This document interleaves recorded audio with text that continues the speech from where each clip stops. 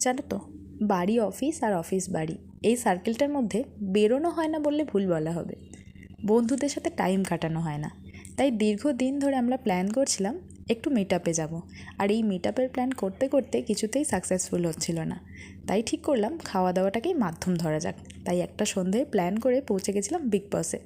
আর China টাউনের big বস আমার বেশ পছন্দের একটা জায়গা, কারণ চাইনিজ খেতে আমি ভীষণ ভালোবাসি।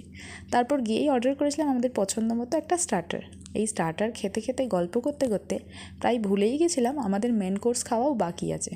ওয়েটার ভাইয়ের খোঁচায় মনে পড়লো, ওমা মেন কোর্সও তো অর্ডার করতে হবে। তারপর ঝটপট অর্ডার করে ফেললাম আমি আমার পছন্দের রাইস নুডলস, আর সাথে আরও কিছু পছন্দের ডিশেস সবাই তার মতো অর্ডার করলো। তারপর এই ডিনার করতে করতে একটা সুন্দর সন্ধে যায় কোথা দিয়েই পেরিয়ে ফেললাম টেরই পাইনি। অনেকটা সময় যেন ঝপ করে কেটে গেল।